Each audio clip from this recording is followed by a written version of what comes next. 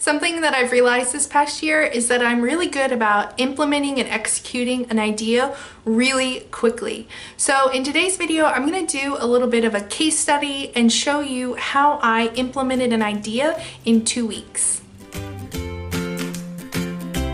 So I was trying to brainstorm some new things I could try in my business. Before I implement any idea, I want to make sure that it's a good fit for my brand, my business, my schedule, and aligns with my goals for my business. A big reason that I love what I do and love working with my clients is because it's helping them share their story and launch their businesses a lot of the time.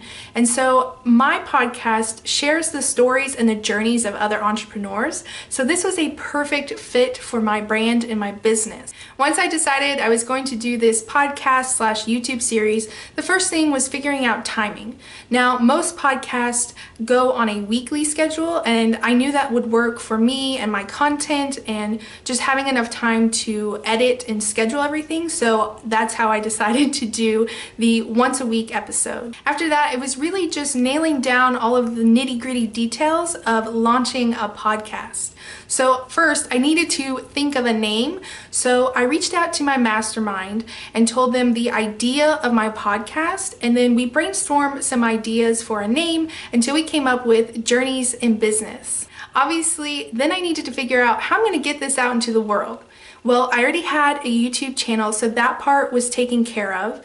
And then I needed to create an RSS feed so that I could submit my podcast to iTunes.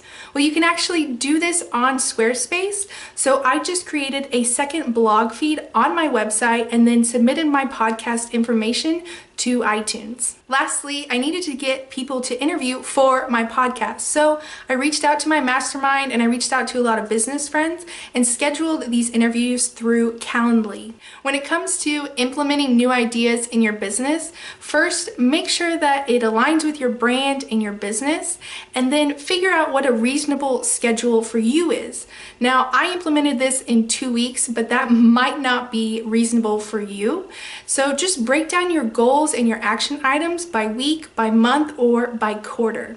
If you have any questions about implementing things in your business, or if you have any productivity tips or tools, I'd love to hear it in the comments below. If you enjoyed this video, make sure to like, hit subscribe, and share it with your friends.